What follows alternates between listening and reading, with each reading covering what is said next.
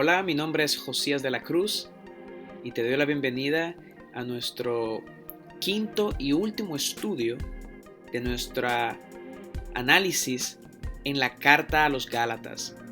Ha sido un viaje fascinante y hoy vamos a dar conclusión a esto, aunque el estudio de hoy va a ser un poco breve, pero de igual manera va a tener la misma profundidad con la cual hemos estado tratando de interactuar a lo largo del estudio. Entonces, este capítulo 6 tiene una peculiaridad. Vamos a estar viendo a Pablo hablando teológicamente, pero también vamos a estar viendo simplemente conclusiones y aspectos escriturales de las cartas en el primer siglo y principalmente en Pablo, y también algunas conclusiones prácticas que Pablo da también.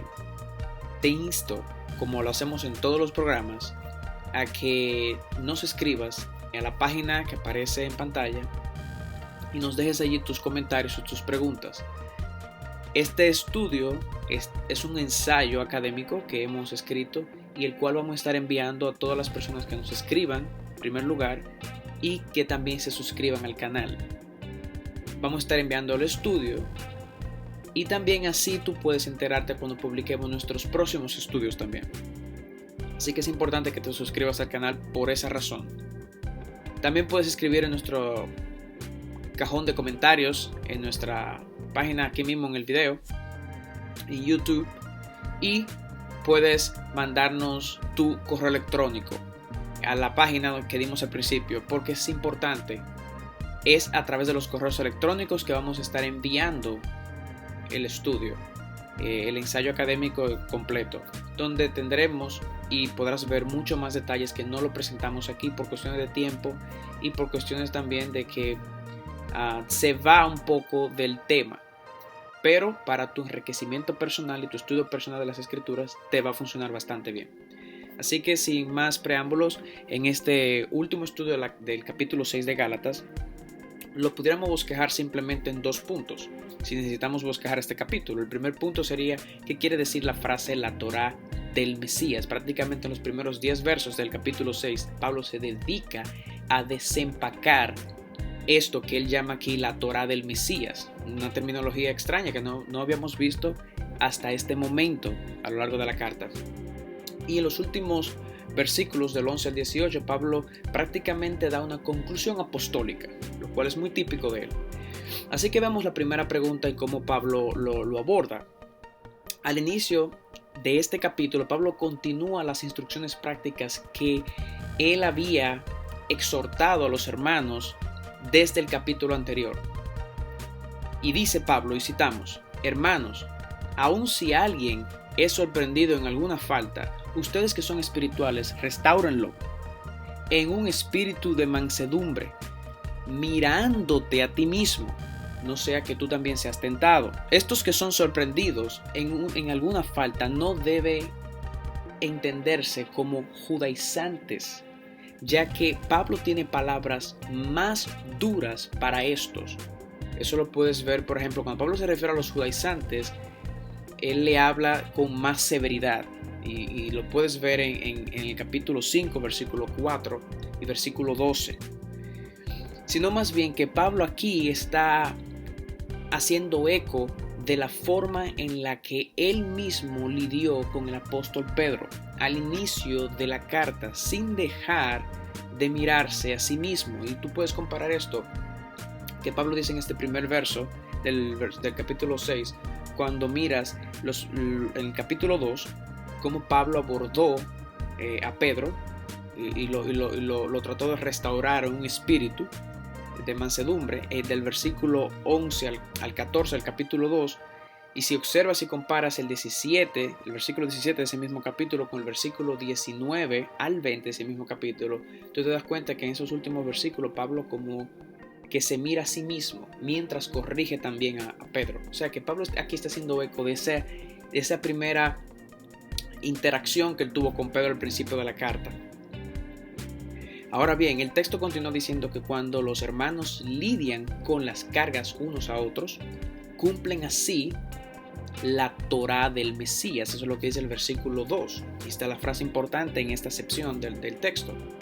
Pero no debemos olvidar que en el capítulo anterior, en el capítulo 5, los versos 13 al 14, eso tú lo puedes ver en nuestro estudio pasado si gustas, para que entiendas lo que nos estamos refiriendo, ya Pablo había equiparado este servicio y mutuo soporte entre los hermanos con el obedecer a la esencia de la Torá. Eso es importante, ya Pablo había dicho que este servir a los hermanos era la esencia de la Torá.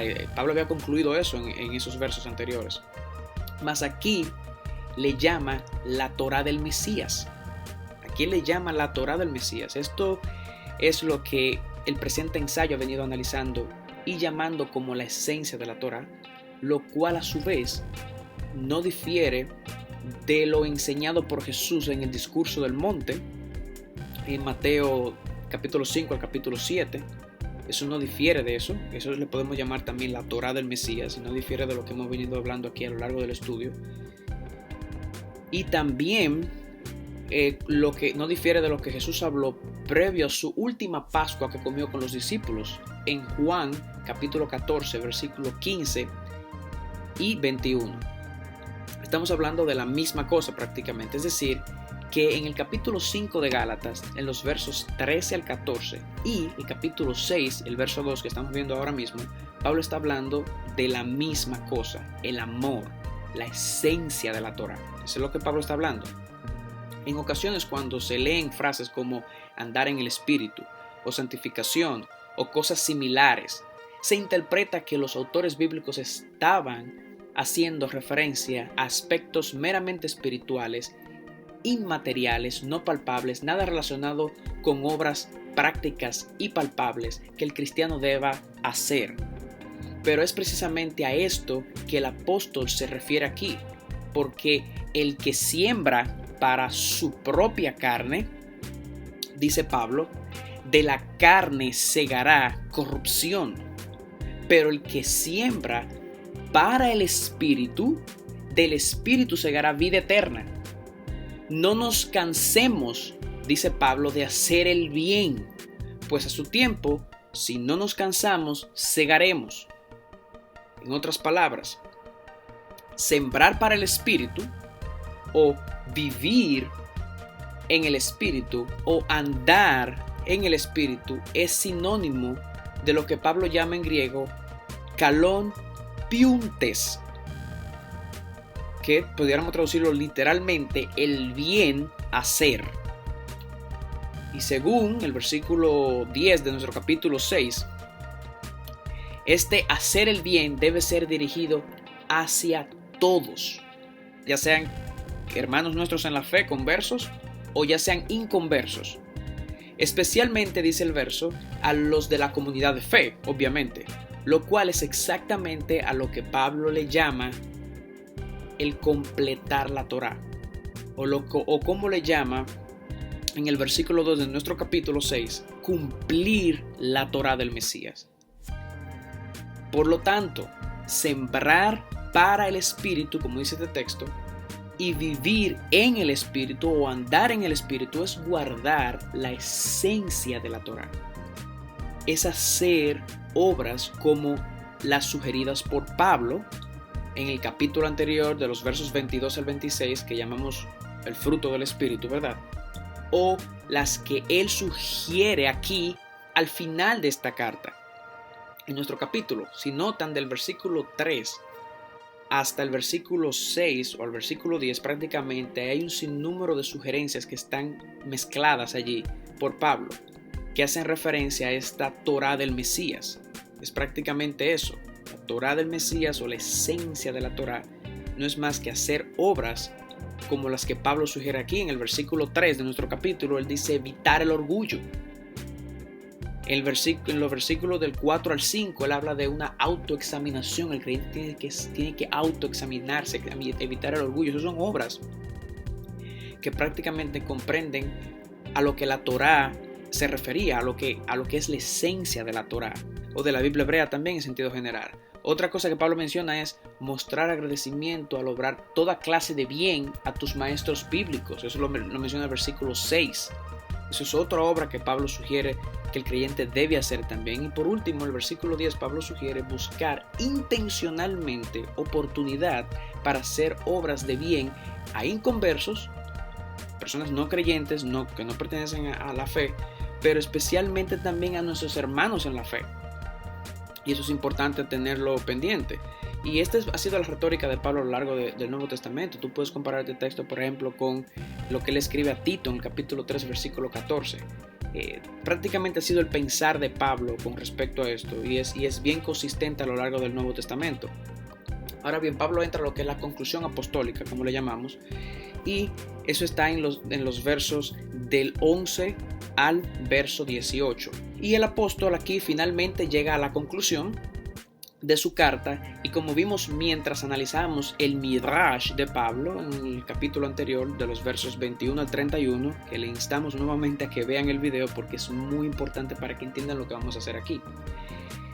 Al igual que en ese Midrash, aquí ahora en el versículo 11 del capítulo 6 es otra evidencia más de la autoría paulina de esta carta. ¿A qué nos referimos? Es otra evidencia más de que Pablo es el autor original de esta carta. Pablo dice: miren cuán grande las letras, escribí de mi propia mano. No se debe tomar por sentado esta declaración, ya que en varias ocasiones Pablo dictaba su carta a un escriba y esta persona copiaba lo que Pablo dictaba. Por ejemplo, la carta a los romanos la escribió el escriba Tercio, y eso lo puedes ver claramente en el texto en Romanos capítulo 16 versículo 22. Es probable que Pablo haya dictado Efesios a Tíquico, por lo que Efesios 6:21 expresa, ya que Pablo estaba preso al momento de la redacción de esta carta a los Efesios, como el versículo 20 del mismo capítulo 6 de Efesios lo indica. En 1 de Corintios, Colosenses y 2 Tesalonicenses, Pablo solo especifica haber escrito la salutación final de la carta como sello apostólico sobre la carta también en este sentido, y eso lo puedes ver en 1 de Corintios 16:21, Colosenses 4:18 y 2 Tesalonicenses 3:17. Sin embargo, en 2 de Corintios y así en el resto del corpus paulino, o sea, de todos los escritos de Pablo en el Nuevo Testamento, al parecer Pablo escribió y o dictó esas otras cartas en el resto del Nuevo Testamento. Y lo puedes ver en 2 de Corintios 13, versículo 10. Entonces, prácticamente aquí Pablo claramente declara, ¿verdad?, que él escribió toda la carta a los Gálatas. Al parecer que con papiro o pergamino al frente de él y pluma en mano, él fue movido, Pablo, por la intensidad de sus sentimientos a expresar una vez más, en los versos que vamos a analizar ahora del 11 al 18, lo que pensaba acerca de los judaizantes y del mal que ellos habían hecho. Ahora él torna sus cañones hacia los judaizantes. Él no venía hablando de ello en este capítulo 6 hasta este momento. Y eso es lo que vemos aquí. En el versículo 12 dice: los que desean agradar en la carne tratan de obligarlos a que se circunciden simplemente para no ser perseguidos a causa de la cruz del Mesías. Esto es, aquellos, ¿quiénes son estos? A que Pablo se está refiriendo, aquellos que querían dar una buena impresión físicamente, es decir, observar la Torá superficialmente. ¿A qué nos referimos con eso? Bueno, que solo procuraban la circuncisión de la carne. Eso es exterior, eso es superficial. Y no el guardar la esencia de la Torá, como por ejemplo el amor, la gentileza, etc., como lo plantea el texto que ya analizamos en los primeros versos del 1 al 10. Estas personas estaban ignorando que el procurar justificación a través de la obediencia a la Torá, en este caso la circuncisión, requería una obediencia perfecta a toda la Torá. y no solamente a la circuncisión, ya que de lo contrario tú no estarías guardando la Torá en su totalidad, que era el caso de este grupo al cual Pablo se dirigía. Eso lo puedes ver en la primera parte del versículo 13 de nuestro capítulo 6. Ahora bien, el verso continúa diciendo, y cito, pero ellos, el mismo verso 13, pero ellos desean hacerlos circuncidar para gloriarse en la carne de ustedes. En otras palabras, ellos querían ser vistos con gentiles circuncidados y no con incircuncisos, y así ser considerados justos. ¿Ante quién? Bueno, ante los judíos que no habían creído en el Mesías. De manera que su fuente de orgullo de este grupo de personas, de los judaizantes, eran ellos mismos, ya que ellos serían los responsables de la circuncisión de los demás gentiles. Eso lo pueden ver en el versículo 12 del capítulo 5 y el versículo 12 de nuestro capítulo 6. Pero para Pablo, en contraste, su fuente de orgullo era solamente Jesús, el Mesías, y su muerte en la cruz, como Pablo dice en el versículo 14 de nuestro capítulo 6. Porque allí, ¿por qué esa era la fuente de orgullo de Pablo? Porque toda la Torá y toda la Biblia hebrea y todo el Antiguo Testamento no sirven. No, simplemente por esta razón, porque allí en esta fuente, en el Mesías, en su crucifixión, descansaba la fuente de la justificación en la que Pablo se apoyaba. Por eso es que para Pablo eso era lo más importante, y debe ser así. Nada en el mundo es más significativo para Pablo que la cruz del Mesías. Así como para un muerto el mundo ya no tiene ningún efecto sobre él, así también para Pablo. Y por eso Pablo concluye el versículo 14, en la manera como lo concluye. Por las razones mencionadas anteriormente es que Pablo dice, porque ni la circuncisión es nada, ni la incircuncisión, sino una nueva creación. Sin embargo, este verso no puede ser interpretado aislado del resto del contexto de la carta que ya hemos analizado. Entonces, ¿qué es lo que Pablo enseña aquí? Bueno, la circuncisión a la cual Pablo se refiere aquí debe ser entendida como el guardar la Torá superficialmente. Esto es importante, porque estos que prácticamente, como vimos anteriormente, estos querían lucir bien en la carne, o traducir también exteriormente, en contraste con aquellos circuncidados que entendían que la circuncisión no es para justificación, como fue el caso de Pablo al circuncidar a Timoteo en Hechos capítulo 16 versículo del 1 al 3, o los hermanos que habían sido circuncidados pero aún así entendían que lo más importante era la esencia de la Torá, el amor. Y tú lo puedes ver en su relación con Pablo durante estos momentos difíciles de Pablo en Colosenses 4 del 10 al 11. Estos eran hermanos que habían sido circuncidados, pero entendían que lo más importante era la esencia de la Torá. Entonces es a esto que nos referimos. La circuncisión, decimos, aquí a la que Pablo se refiere, debe ser entendida como aquellas que querían guardar la Torá superficialmente. Y la incircuncisión de este texto debe ser entendido como el vivir sin Torá, o sea, sin Torá, vivir sin Torá, como los gentiles que se presentan en el capítulo 5, versículo 13 de la carta a los Gálatas. Y en ambos casos, ni una cosa, ¿okay? ni la circuncisión, ni la otra, la incircuncisión, contribuyen ni a la justificación ni a la santificación. Por lo tanto, carecen de valor al compararse con una nueva creación. Esto es lo que Pablo está haciendo aquí en este texto. No sé si me van siguiendo. Esto, al compararlo con esta nueva creación, carecen de valor. Ahora bien, ¿a qué nos referimos con una nueva creación? Es importante que me sigan aquí. Entendiendo que una nueva creación, o como nueva creación, entendemos que es la vida o la nueva vida guiada por el Espíritu. Esa es la nueva creación, la nueva vida guiada por el Espíritu, que habla en el capítulo 5, versículo 18 de la carta a los Gálatas, que lo pueden ver en el estudio anterior, la cual Pablo identifica como una vida que observa la esencia de la Torá. Pablo identifica esa nueva vida en el Espíritu como aquella vida que observa y guarda y obedece a la esencia de la Torá. Y eso tú lo puedes ver en el capítulo 5, en los versos 14 y 23 de Gálatas. Y también lo puedes revisar en nuestro estudio anterior, que fuimos en profundidad en esos textos.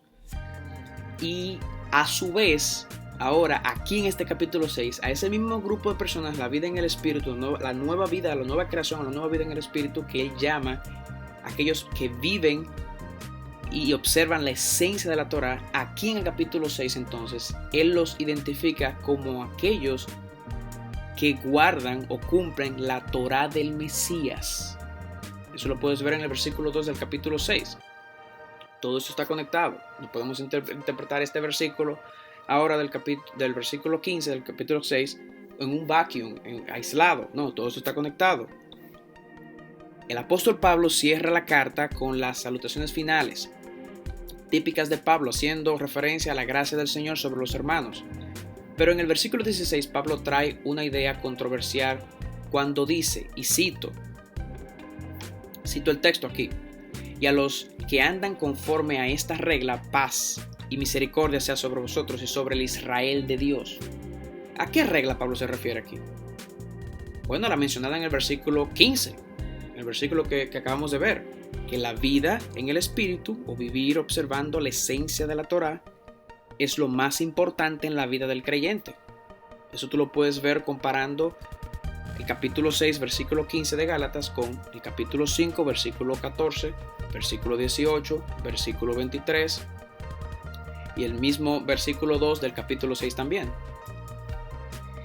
Y tanto sobre ellos, como dice nuestro texto, y tanto sobre ellos, los gentiles, que se someten a esta regla, como sobre el resto de los judíos que conforman el Israel de Dios. Así debiéramos interpretar este texto, que de paso debo decir, en este Israel de Dios es en donde eventualmente los mismos creyentes gentiles habían de ser injertados. Es una doble interpretación, y la razón por la cual hacemos esto es precisamente porque la palabra griega allí que dice sobre ellos, y ese y ahí en griego sería la palabra que, tiene dos formas prácticamente de interpretarlas. Entonces ambas formas dan lugar a hacer esto. Es aquí donde tú quieres tener el estudio para tú entender cómo nos vamos a profundidad en este punto aquí en el griego, y explicamos por qué concluimos lo que concluimos. Entonces, pero una cosa sí no debemos hacer, que es lo que hace la Nueva Traducción Viviente con este texto. Como ellos traducen aquí el Israel de Dios, ellos dicen el nuevo pueblo de Dios. Eso no debemos hacerlo, eso es un error, porque no es correcto, ya que primeramente no es eso lo que el texto en el original dice, y en segundo lugar se presta al antisemitismo. Además, como muy bien acertadamente el erudito Vincent dice, si vamos a tomar una u otra interpretación en el artículo conector que en griego, entonces la mejor sería traducir el Israel de Dios, entendiéndose como los judíos que habían creído en Jesús el Mesías. Prácticamente esto sería la mejor traducción en este caso de este texto. Pablo, continuando con nuestro texto, Pablo simplemente los bendice a ellos con paz y misericordia, pero sin dejar de advertirles que de ahora en adelante que nadie, dice Pablo, me cause problemas con esas cosas. Pues yo, concluye Pablo, llevo en mi cuerpo las cicatrices de Jesús. Eso lo dice en el versículo 17. Esa es la evidencia, según Pablo, que pertenezco al pueblo de Dios, esas cicatrices. Entonces, hermanos, prácticamente este es el estudio del capítulo 6 de Gálatas. Como habíamos dicho, es bien corto. Y simplemente con esto cerramos toda la serie de Gálatas. Y como dijimos al principio de la serie, esta serie de ensayos y videos se realizó para contestar 3 preguntas. Y la primera pregunta que íbamos a contestar era, ¿aún tiene la Torá vigencia para el cristiano? Y de ser así, ¿qué clase de vigencia tiene? A la luz de todo lo que hemos visto hasta ahora, en los 6 capítulos de Gálatas podemos decir un rotundo sí. Y si tú no lo entiendes así, yo te insto a que tú veas toda la serie, la revises detenidamente. ¿Y qué clase de vigencia tiene? Tiene una vigencia santificadora. La Torá, la Biblia hebrea o Antiguo Testamento en sentido más amplio, como comúnmente le llamamos, todo el Antiguo Testamento es beneficioso para el cristiano, para su vida de santificación. Es importante. Y para poder relacionarse y conocer mucho más el carácter de Dios. Entonces, la segunda pregunta que dijimos que íbamos a contestar es: ¿enseña la carta a los Gálatas que el observar o guardar la Torá es pecado? Por supuesto que no, porque el creyente, aun ya sea conscientemente o inconscientemente, el verdadero creyente lleno del Espíritu Santo está viviendo en constante obediencia y observación a lo que llamamos la esencia de la Torá. Si aquí está la superficialidad de la Torá, aquí está la esencia. El que tú guardes la esencia no contradice, no elimina el resto de la Torá. Por lo tanto, no es pecado guardarla, porque ya sea consciente o inconscientemente, el cristiano, movido por el Espíritu de Dios, va a observar la esencia de la Torá. La última pregunta que dijimos que íbamos a contestar era: ¿cómo informa esta carta nuestra lectura de las epístolas paulinas y el resto del Nuevo Testamento? Como hemos visto hasta ahora, el resto del Nuevo Testamento no es hostil hacia la Torá, para nada, o hacia la Biblia hebrea o Antiguo Testamento, como comúnmente le llamamos, como lamentablemente algunos predicadores han dicho y han propuesto. Para nada, es completamente amigable a la Torá. Entonces, las lecturas paulinas y del resto del Nuevo Testamento informan muchas de las cosas que hemos venido hablando aquí. Y hemos visto que las iglesias en muchas partes del Nuevo Testamento fueron motivadas a observar la Torá, pero para su santificación, no necesariamente para su justificación, para nada. Entonces, en ese sentido, el Nuevo Testamento no elimina o niega el Antiguo Testamento. Más bien lo amplifica, lo explica, le da aún más claridad, le da aún más profundidad. Entonces, yo te insto, hermano, a que tú consigas el estudio, el ensayo, lo veas, lo estudies, nos escribas tus comentarios, tus críticas, tus preguntas, y con gusto podremos seguir interactuando en este fascinante tema. Dios te bendiga, y este ha sido todo el estudio de la carta a los Gálatas. Bendiciones.